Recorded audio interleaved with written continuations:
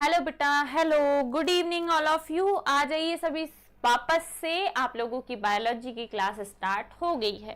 ठीक है, चलिए। 2 लेक्चर्स आप लोगों ने अभी अटेंड किए हैं। पहला फिजिक्स का, जिसमें आज हमने नया लेक्चर स्टार्ट किया था। फिर था बेटा केमिस्ट्री, जो सर ने ली है क्लास। और अभी हम पढ़ रहे हैं बायोलॉजी में जो लास्ट टॉपिक आपने खत्म किया है, उसी के आगे की कहानी, विच इज अंडोत्सर्ग, ओव्यूलेशन। तो जितने भी बच्चे नए जुड़े हैं, फटाफट से लिख के भेजो, यस मैडम हम आ गए, हम क्लास में हैं, ताकि मैडम स्टार्ट कर दे, शुरू कर दे, है ना। क्या हम स्टार्ट करें बेटा, बताइए फटाफट से, क्या हम शुरू करें?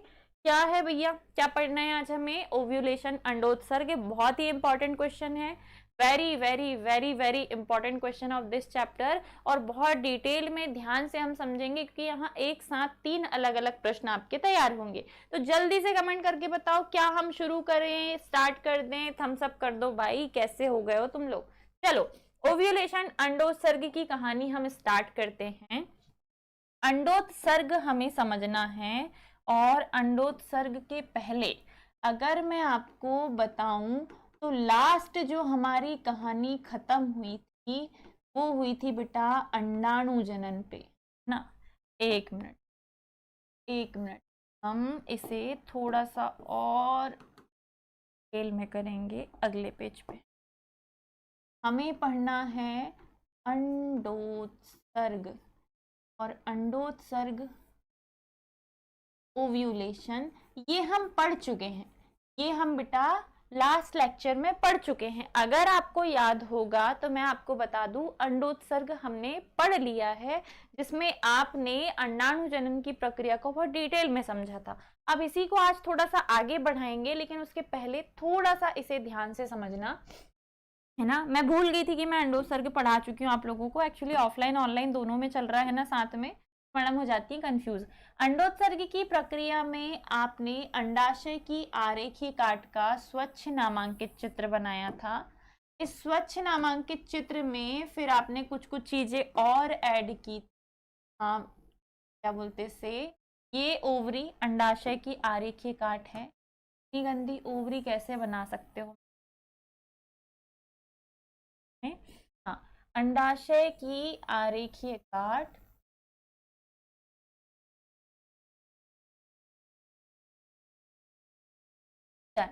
ये है बेटा अंडाशय की आरेखीय काट। और इसी अंडाशय में होती है अंडोत्सर्ग की प्रक्रिया।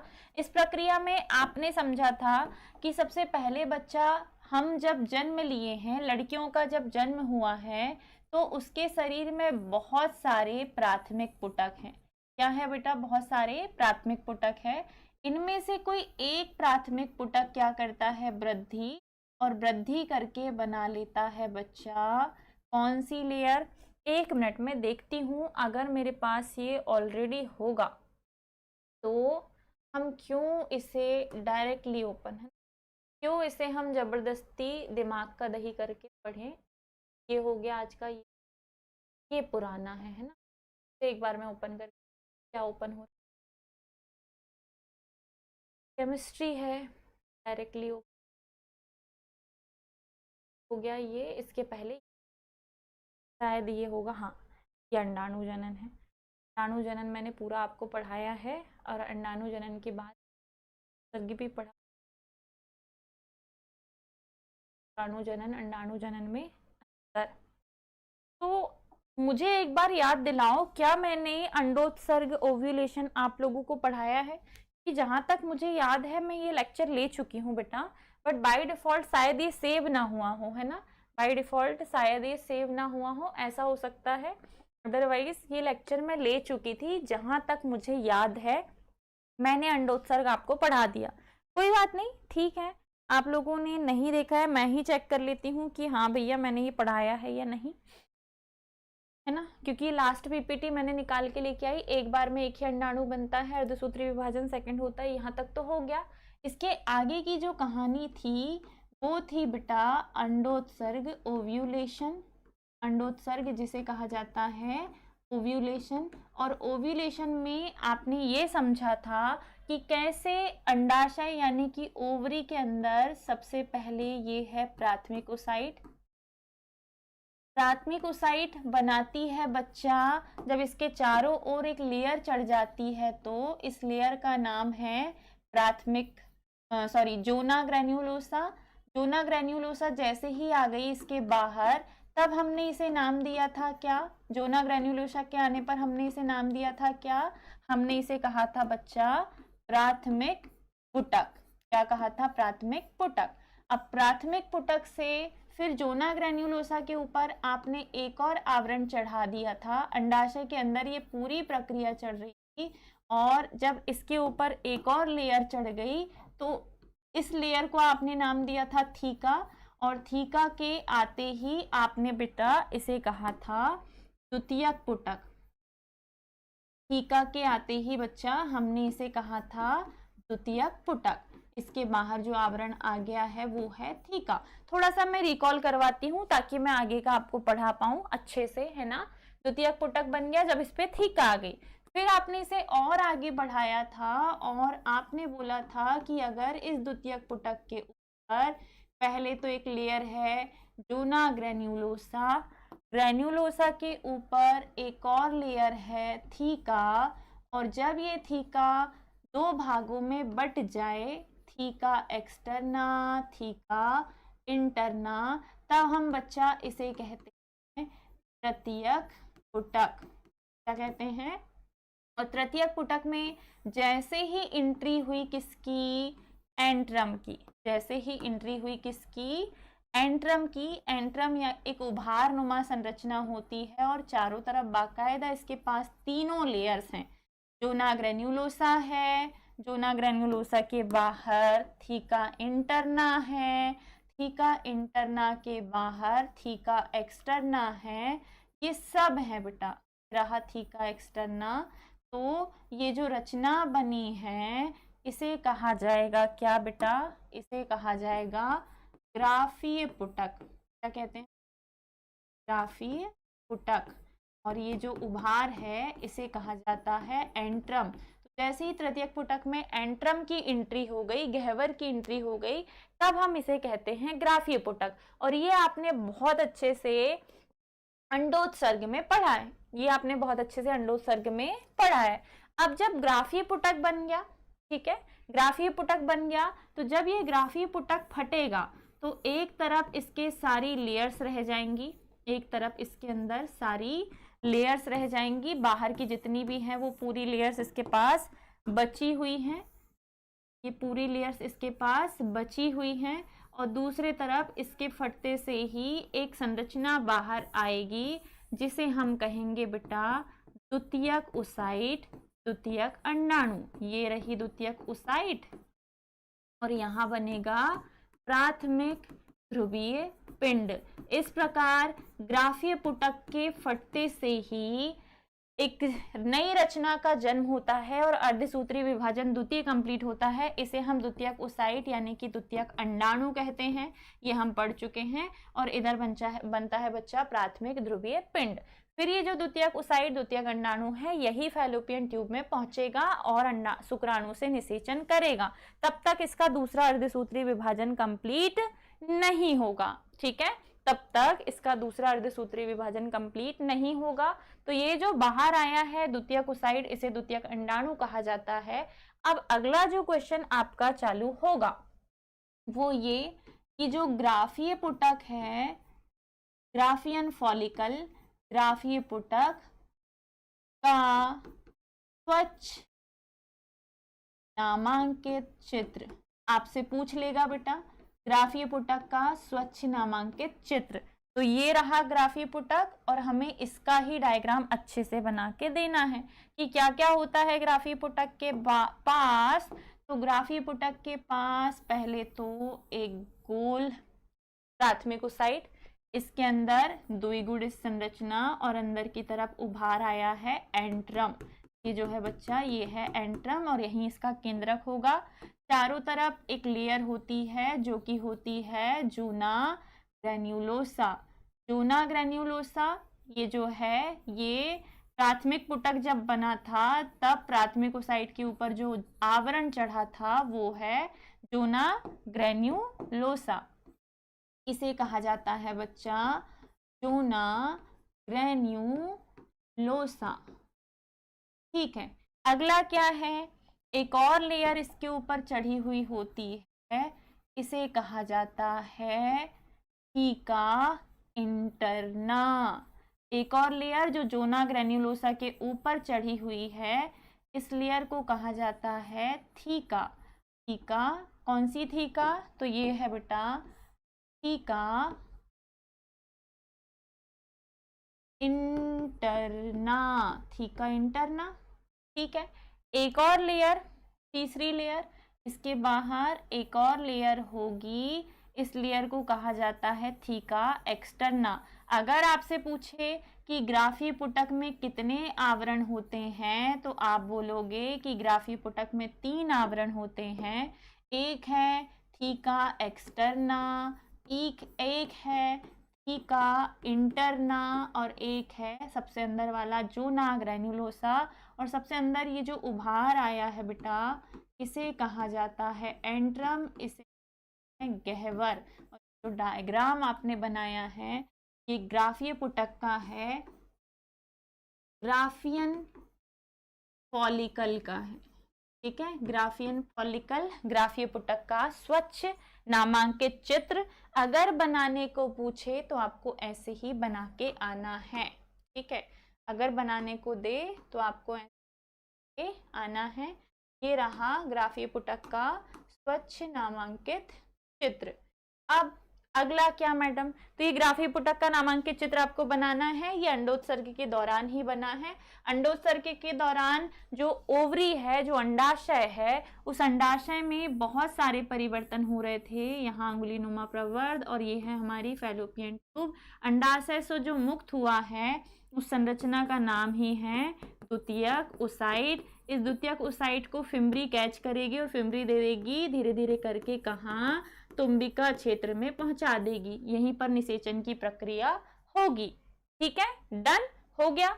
अगला जो डायग्राम आपका है बेटा, अब जो आपको बनाना है वो है अंडाणु, जो परिपक्व अंडाणु होता है, जिसे हम कहते हैं ओव्यूल का स्वच्छ नामांकित चित्र। आपको अंडाणु का डायग्राम बना के इसके बारे में लिखना भी है कि जो ओव्यूल होता है, जो अंडाणु होता है, उसका डायग्राम होता कैसे है। ठीक है, चलो हम पहले गोला बनाएंगे। गोले का कलर है व्हाइट।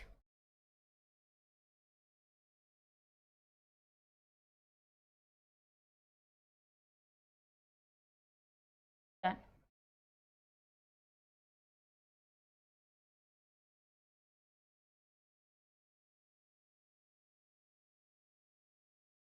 ठीक है, चलो ये है अंडाणु बेटा। अब अंडाणु के चारों ओर बहुत सारी लेयर्स होती हैं। इन बहुत सारी लेयर में एक पहली लेयर हम बनाएंगे, इसे कहा जाता है परिपीत अवकाश। क्या कहते हैं, परिपीतक अवकाश। अंडाणु अगुणित होता है, इसके अंदर नंबर ऑफ क्रोमोसोम जो होते हैं वो 23 होते हैं। परिपीतक अवकाश के चारों ओर एक और आवरण पाया जाता है जो कि थोड़ा सा कठोर होगा। ये अंडाणु की प्राथमिक झिल्ली होती है, अंडाणु की प्राथमिक झिल्ली होती है। इसे कहा जाता है बच्चा जोना पेल्यूसिडा। जोना पेल्यूसिडा के बाहर चारों तरफ एक आवरण है अंडाणु के पास,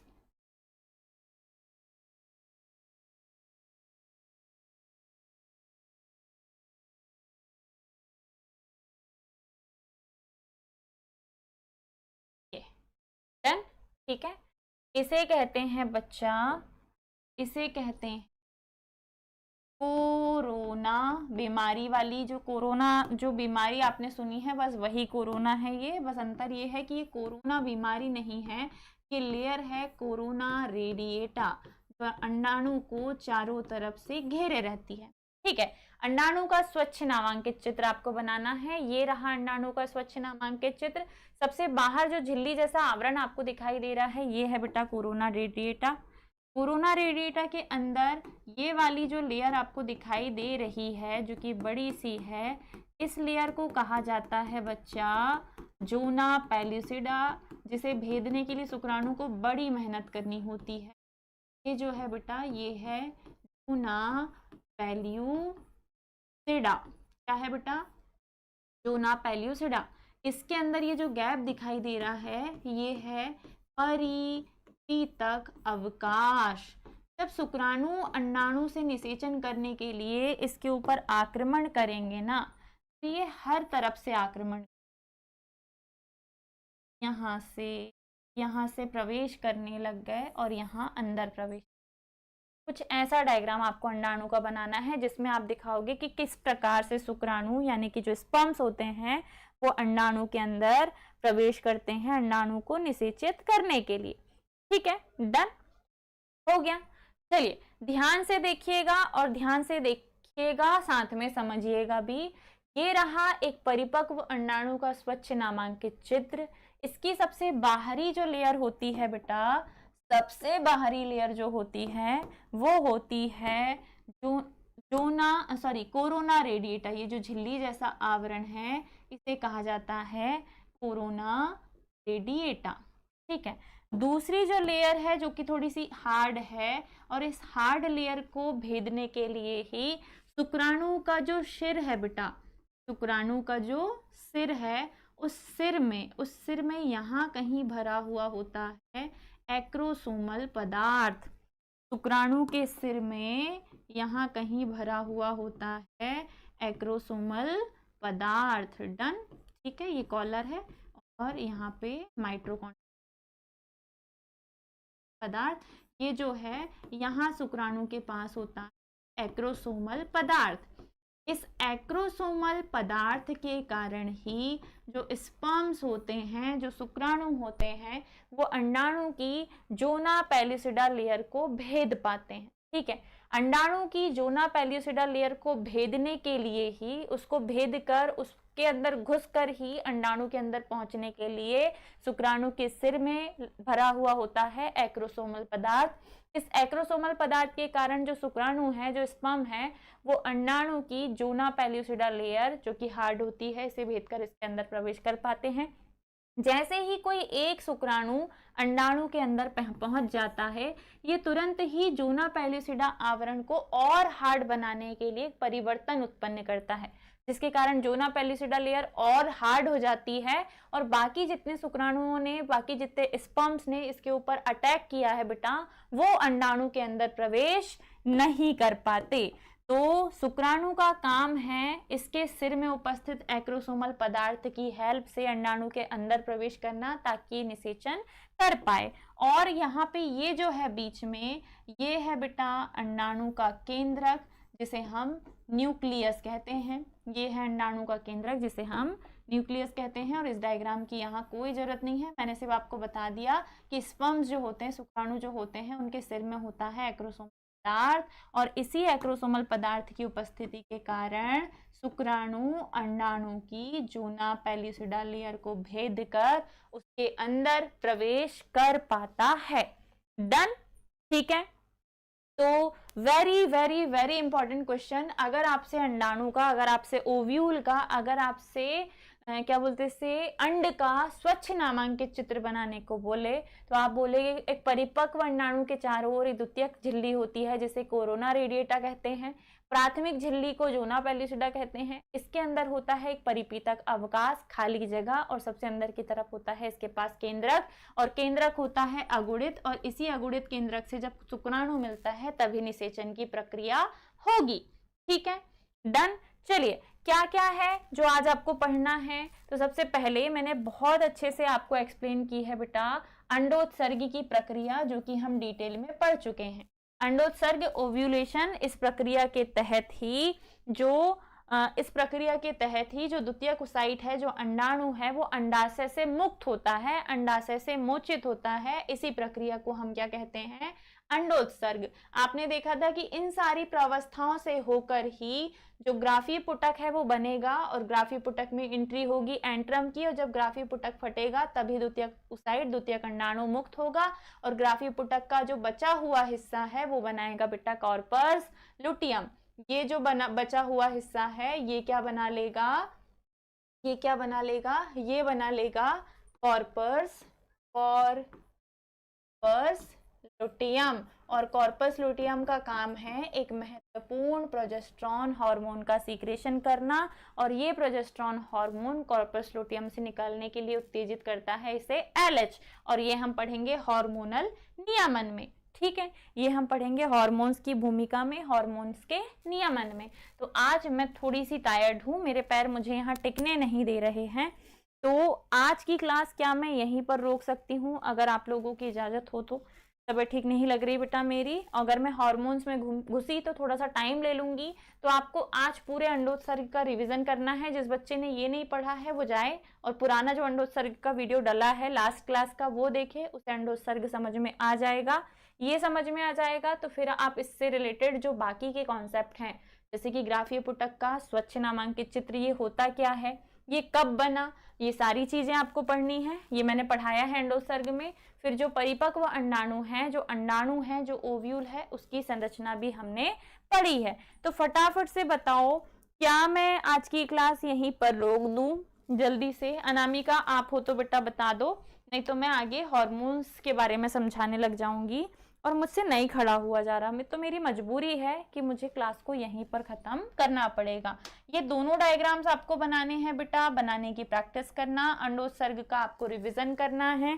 शुक्राणु जनन अंडाणु जनन में अंतर बहुत इंपॉर्टेंट है, ये भी आपको पढ़ने हैं, और अंडाणु जनन यानी कि oogenesis की प्रोसेस जो आपको मैंने पढ़ाई वो। आज के लिए इतना टास्क है जो आपको कंप्लीट करना है आज के आज। अंडाणु जनन, अंडोत्सर्ग पूरा कंप्लीट, फिर आपने पढ़ा है अंडोत्सर्ग की प्रक्रिया कंप्लीट, और आज जो मैंने आपको ग्राफीय पुटक और अंडाणु का डायग्राम बनवाया ये आप पढ़ लेना। कल की क्लास में मैं आपको हार्मोन्स भी पढ़ा दूंगी और साथ में हम पढ़ेंगे आर्तव चक्र मेंस्ट्रुअल साइकिल के बारे में।